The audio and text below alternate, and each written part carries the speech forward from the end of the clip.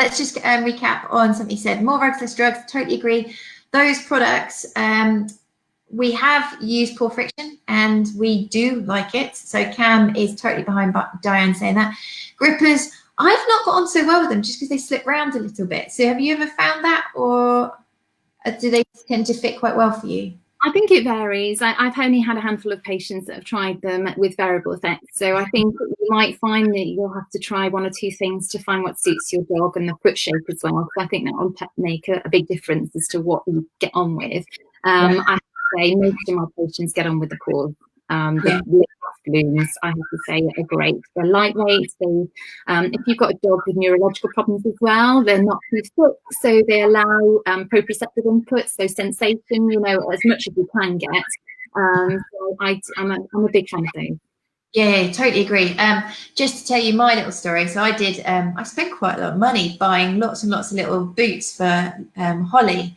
So I was on Amazon, I was on eBay, and you can spend quite a lot of money. You can spend 60 quid quite easily on a set of 4.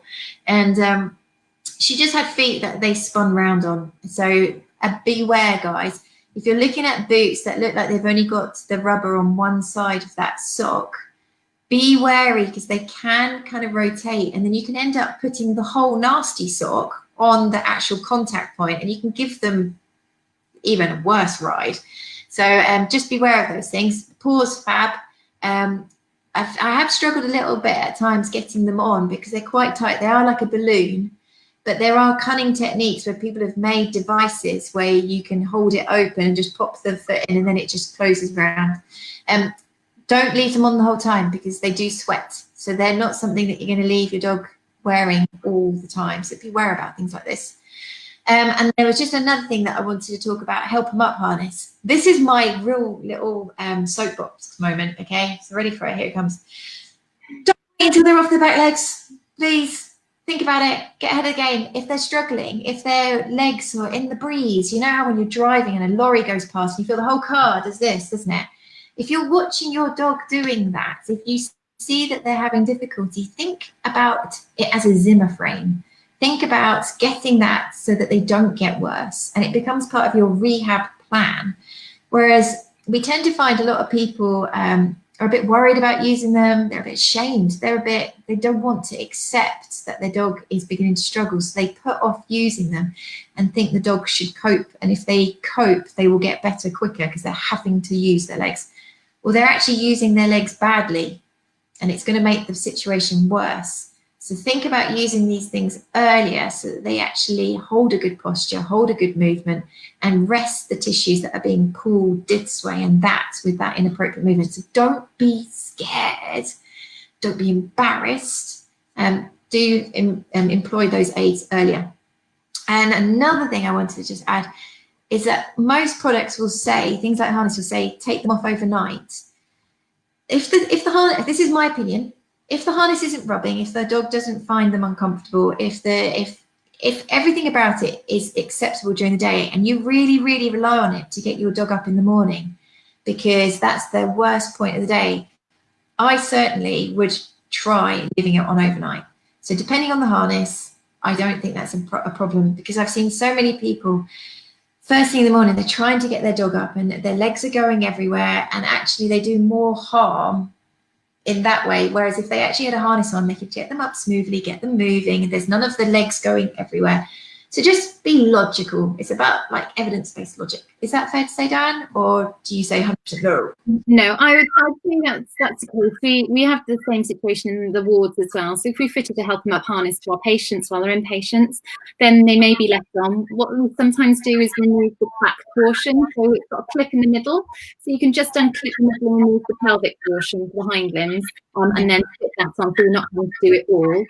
So I'd say that's one thing to think about. And also, I guess, don't be afraid to, simple sling may be beneficial. So if you've got that early morning situation where your dog's needing to go out to the toilet and you need to catch them quickly, maybe just invest in a simple sling from Amazon that you can loop under and just give your some hind support out. Rather than struggling with your hands and trying to scoop them under their bottom bones. So yeah, so maybe you're considering to invest in one of those if you find it too much for a and they can't wear it overnight. Yeah, definitely. And just also think, when you're helping your dog, try and do everything slowly, okay? So I've seen a lot of people rush, and then it all goes wrong. There's legs everywhere, and the back's twisting, and, you know, all the weight suddenly on the dog's front end, and their head's on the floor, and then suddenly it's back end. And calm, smooth, take your time, try and maintain a posture, try and keep them comfortable and protect your own back. There you go. So let's answer some of these questions. Let's go from bottom up. Laura Eldridge, I was told a help 'em up harness would make my dog weaker, but I bought one anyway. What do you think of that? I think good for you. I do too. Yeah, I think if your dog is struggling with that help 'em up harness, it's going to be over recruiting other areas of the body and making themselves sore in the forelimbs, for example, if we were talking about hind limb support. So I think you're going to have, you know, that knock-on effect. So it's really important that you support them to try and protect other structures of the body, and hopefully you can consider other exercises as part of the whole plan for your pet. You know, to try and combat any potential weakness that you're getting. But I think if you're using the harness correctly, you shouldn't get any weakness. I think that personally, I don't believe that's the case. So yeah, and I think the same as you, Dan, you see so many dogs that probably come out of the car, walk into your fitness center, which, by the way, guys, is beautiful, comes into their fitness center, and they're swinging in the breeze, and there's a bit of, you know, staggering, a bit of stumbling, a bit of dragging the toes. And you just see all the pull on the front of that dog's body, or at the thoracolumbar junction. You can see all of the effort that part of the body is having to do to stabilize and try and keep things together. So we're protecting. So it's another protective thing. Got a good question here from Kaylee. Do these help with flat toes? So I think she was probably talking about the gel insole shoes, you know, the Therapor boots. Yes, so I think with flat toes, I think it's worth discussing it with your vet, or maybe seeking the help of a physiotherapist who can look at posture. Flat toes may have arisen because of failure of the flexor tendons. So quite commonly you might see superficial digital flexor tendon ruptures, and that will result in flat toes, and that can be a degenerative condition in some breeds. So if that's the case, if it is degenerative and there's no chance of any repair or healing or correction to that, then I think it's going to look different for foot posture. But I think long term, I think it's just an aesthetic thing. But I think you need to consider the impact on the rest of the other joints as well of that flat-footed appearance. But you know, the dog adapts to it. I think so. If we're talking about insoles, it is possible to create a domed effect, I suppose, to try and recover the normal posture for the foot. So maybe worth considering if working alongside a therapist, they feel that it's going to be detriment to other joints in the digits. Does that make sense? Yeah, and I think that's a really good point that I wanted to say, but I forgot. There's a lot of products you can buy, you know, and you only need to just get your iPhone out, and you can be in a rehab shop or on Amazon or on eBay in an instant, and you can find products that you kind of think, that sounds all right. Yeah, that could help. And I think it's quite sad to think that a dog might be saying, actually, that isn't helping. And unfortunately, you've made it so much worse. And please go and seek a little bit of help. You know, you can either go to your vets, and if they don't have contact with a physiotherapist, you can ask to speak to a physiotherapist, because what you want to do is not just focus down on the minute, the area that you see. There could be a potential problem higher up the limb or in the back, in the neck. And we don't want you to just be trying to fix that when actually the problems are elsewhere and they're getting neglected or even made worse.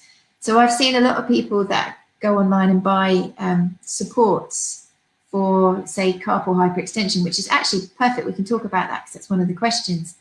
And they go in with something really rigid, and you're sitting there going, no. What's your thoughts on that? Tell people why carpal hyperextension happens. And yeah, so you saw Tess in the slides that I just displayed, and Tess started to get excess stretch and laxity in the tendons and the ligaments down the back of her her wrist, her carpal. So it's usually the ligamentous support that's probably the most vulnerable in those situations.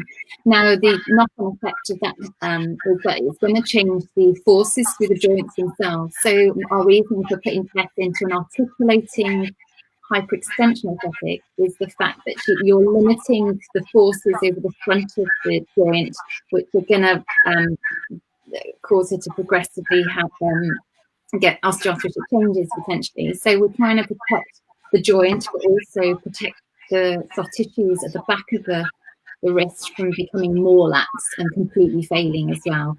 So we're doing as much as we can. I saw Tess yesterday, and I am worried that the left carpus is sinking more. So I really reinforce to the owner the importance of using the orthotic in any weight-bearing activity that she's doing at the moment, because I just don't want it to get to that disastrous stage where it could completely fail.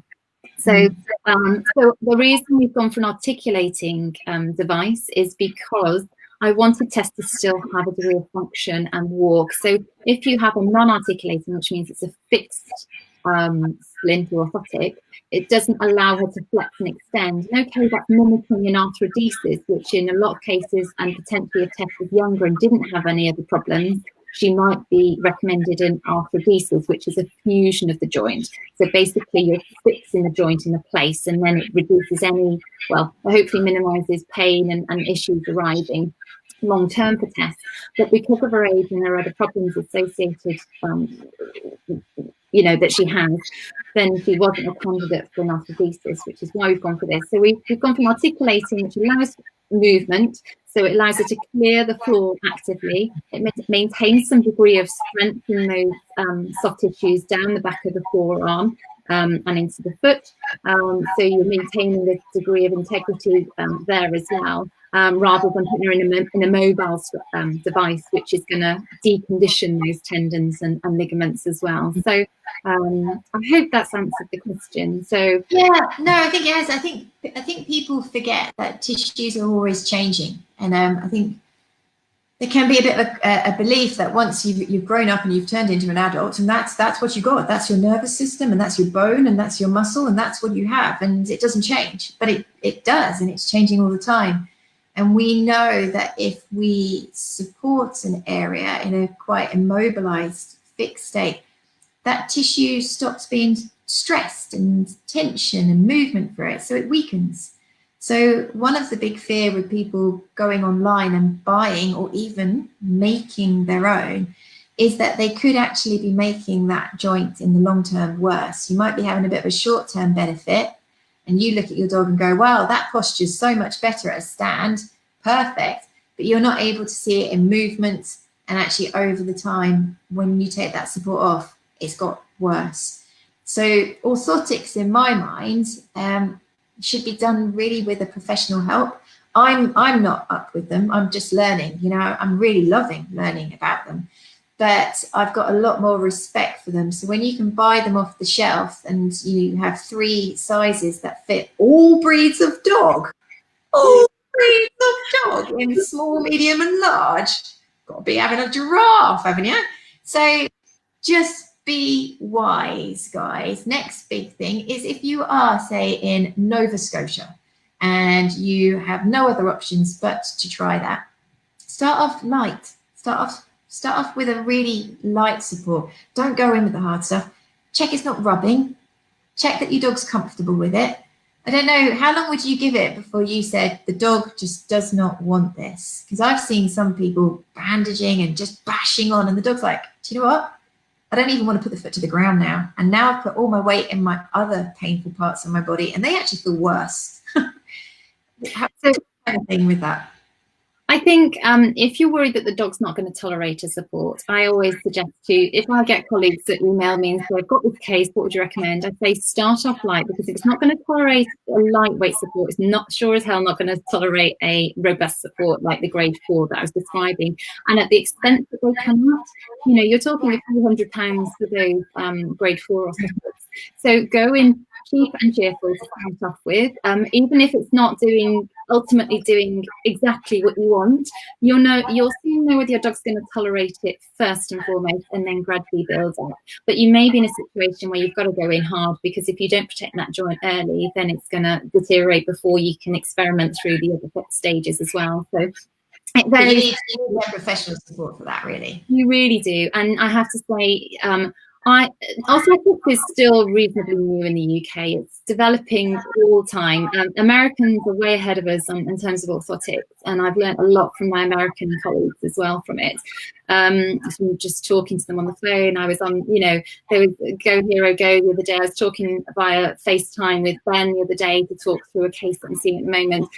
I've learned so much, and I love it. And we're undertaking a bit of research with the University of Cambridge at the moment on stifle orthotics and the influence of stifle orthotics on gait as well, which hopefully we'll look at in dogs with push vision problems. So really exciting stuff. There's just not enough out there. But the problems with those types of orthotics are making sure the fit is correct, and the cast is really vital for that. So you need to really get a good cast impression, and also the client needs to be, the owner, pet owner, client, however you could describe, needs to be totally on board. I really hit home with the clients, with the pet owners on their first consult, and I say to them, listen, this is not going to be easy.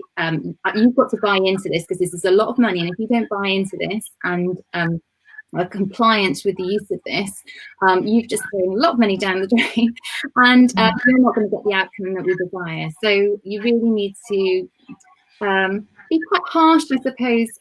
I'm quite harsh with my pet owners. I'm really sorry for those of you out there that have already received that from me.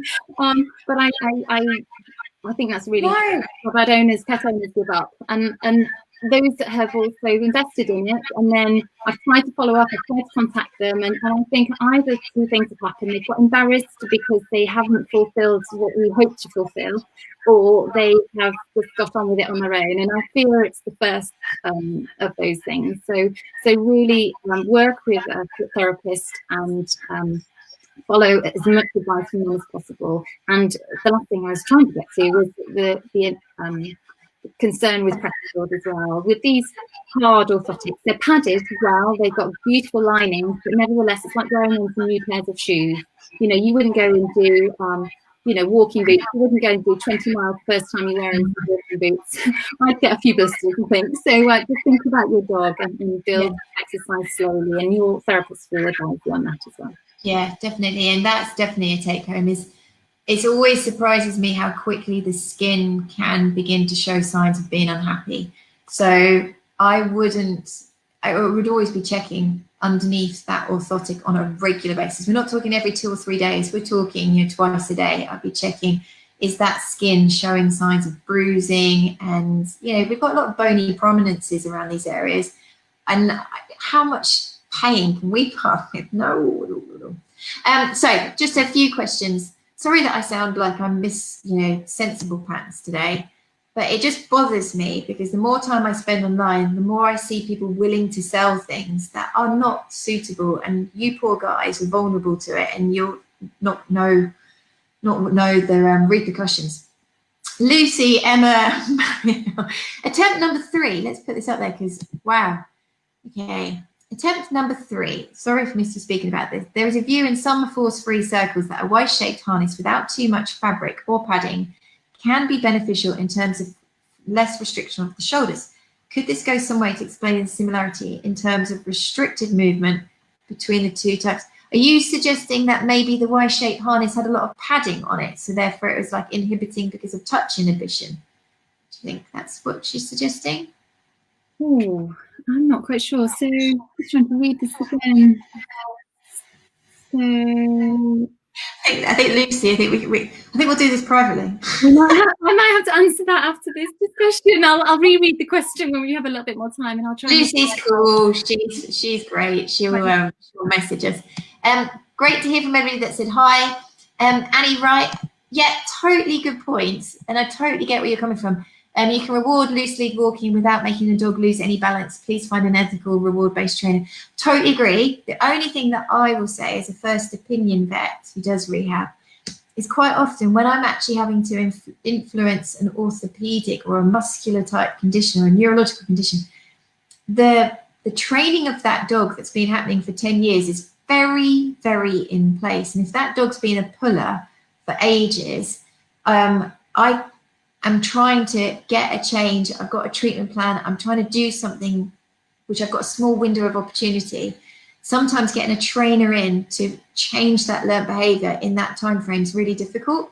So, for example, it's not about a harness, but I've got a dog that keeps running at the windows and chasing people that run past or walk past. And it's got lumbosacral disease, it's got bilateral stifle disease, and it doesn't matter how much pain it's in, this dog has this behavior and it's going for the window, going for the window, going for the window. And it would be lovely to get a trainer and a behaviourist in to come and just fix the problem, but that's going to take weeks. So timescale wise, we've had to put some barriers up. We've had to change the layout of the house. We've had to restrict where the dog goes. And in many ways, sometimes using a harness that has a little bit of an off balance might be needed just for that short term whilst you're fixing the musculoskeletal or starting to fix it and get the trainer in behind. But it's a lot of timing. But totally agree with you, Annie. I think it'd be lovely if we could all do completely non-deleterious training, etc. And I'd like to add to that, Hannah, as well. And I should reiterate that it's not losing balance. We're just checking him to try and, you know, create a sidestep and what you could look at is that we're using it as a rehab tool as well to engage their core and dynamic stabilizers as well. Sometimes we might get the dog in square standing, or we might ask the owner to lightly nudge it off balance to get it recruiting its core and dynamic stabilizers. So we're probably having a really lovely effect with that also from a rehab perspective. I think just those are a couple of points I just wanted to make. Yeah, definitely. And, you know, just to lead on, sometimes when you've got a dog that has got a problem and you have changed your training aid, you might need some training to use said training aid. Don't be shy. One thing that frustrates me a lot as a vet is that people don't seem to see the behaviour side of things as worth investing in. I don't know if you've had that, Diane, where they're very focused on the disease, the process, the visual problem, the limb problem, the back problem. But when you say, right, we need to get a trainer, a behaviourist in to stop the behaviour that's making this problem worse, it's like, I'll work it out myself. And you're like, no, get some help. Dog training is really hard. Have we got any more? Collars for tags only. Yeah, all dogs in correctly fitted harnesses. Well done, Nikki. Thank you very much. And hey, Lee. Oh, hi, my dog is having a total hip replacement in September. What support harness do you recommend? So it depends on the surgeon and what their recommendations are. Some surgeons might recommend just having a simple sling underneath to support to start off with, which is one I just described. They either send it home with your pet if it's had a total hip replacement, or you can purchase one easily off Amazon, for example. Nice fleece lined one. So something simple that you can keep under very easily when you're taking your pet out. But some surgeons feel that that's not necessary. They may say actually just walk nice and slowly, very short distances for toileting initially as pain allows. But if you do feel that your pet's in too much discomfort, then a light sling I would say is beneficial in that situation. Yeah, and I think you're probably using it as much as stabilizer in case as much as a sling. And I think what happens with the help 'em up harness for other reasons, you might not actually be using it. It's there if you need it. So think about a child's bike with the little stabilizer. They might not need it, but it's there to help. So I was going to say, sorry, Hannah. The other thing I would say is that sometimes, particularly for our spinal cases that have had surgery, we might use a support or sling for longer than perhaps you feel is necessary, because it improves the quality of the walking and we can improve the strength. So if you've got a dog that's quite weak in its hind limbs, and that might apply to our osteoarthritic cases, then and it's walking a little bit unsteadily, by using a harness, you're improving the quality of the step and engaging those muscles in the correct fashion rather than coping because it's unstable. So I think that's something else that people should be aware of too. Yeah, definitely. I think what CAM hopes to do is open people's eyes to the fact that there's so many things that we can do for these cases. It's not all about medication, and it's not all about surgery, and it's not all about supplements. There's lots of lifestyle stuff that has a profound effect on this disease, and we know that from human work. Lucy, it's okay, don't worry. She's just put, sorry ladies, I've got my evening brain. But I think about a really padded wide shape compared to just a webbing, and as you say, that inhibitory effect of a huge amount of tissue in the area. Thank you, he's really reactive over his feet. Oh, that's the harness. I think we've done it. The only other one we didn't do was the articular arthritis of the facet joints, and a harness, whether you felt that would be suitable. I think just look at whether any harness has got a saddle portion over the back, and remember what we talked about with restriction to thoracolumbar movement. Now, I think you want to still allow freedom of movement through the thoracolumbar spine, whether they have facet problems or not. So as long as they're comfortable, but I'd go out my way to try and restrict it with a harness, if that makes sense. So I think I would try and avoid a harness that's going to cause added restriction, because they're wanting to, allow them to support the movement that they do have, and hopefully they'll find a comfortable way of moving as well if they've got facet joint problems. The other question that we had as well was about physiotherapy, and I can't remember who it was from, but oh yeah, was there a too young an age to start, wasn't it? Was that So my answer to that would be, I don't think there's a time when it's too early to start. Certainly having a baseline assessment, I think that there's real benefit in that. Now, physiotherapists, rehab specialists, we are movement analyzers, and we're great with our hands. So we, if a patient came to me, for example, 6 months of age, I do a full head examination. I will pick up any lumps, bumps, swelling. I'll look at muscle symmetry, range of motion. I'll then do a deeper palpation, identifying any areas where I feel they're compensating for, other problems that might be arising in the body. I think a lot of us are really good at picking up things early. I see a lot of patients in practice that have had another surgery for something else, and I assess them, for example, spinal surgery, and I assess them and I find there's restricted movement in the joint, and there's nothing been diagnosed. They haven't been diagnosed with joint osteoarthritis, but I'm feeling that there's clinical signs that suggest there's osteoarthritis, but the pet's been coping, the owner hasn't really picked up on it. So we're really great at picking up those things early, and we can advise you on what to do. You don't necessarily need to run to your vets and do x-rays to confirm it. If we feel medication is required, then we might suggest you go back to your vet, but we'll just highlight it and say, listen, there's clinical signs, there's a problem here, and these are the things that we'd recommend doing to prevent it becoming a bigger issue. So education early is really invaluable for a lot of our pet owners, and that's the same with exercise conditioning as well while they're young. Like I said, how much exercise we should be doing with them as well, and trying to build their core and dynamic stability to prevent longer term issues arising. But yeah, I don't think too early, there's any time. No, I think that's really close to my heart, and I'm always really honest. I'm quite new to the rehabilitation type aspect of management. And if only I knew a bit of what I know now, back when Holly was younger, I would have picked up on her problems much, much sooner. And it wasn't until she had significant lumbosacral disease did she actually really start showing overt signs.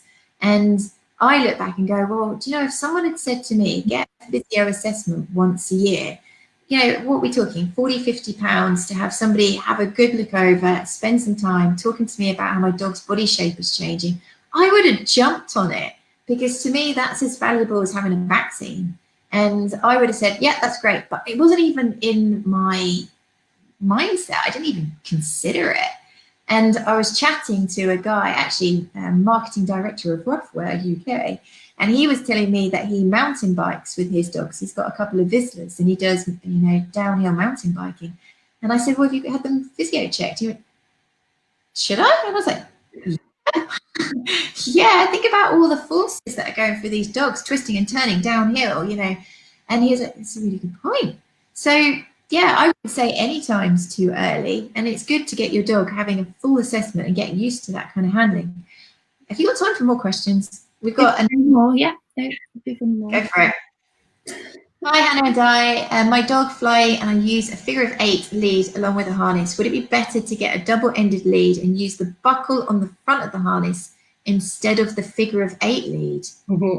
Great question, Amanda. I know Flighty very well, and he's a bubbly character, full of energy.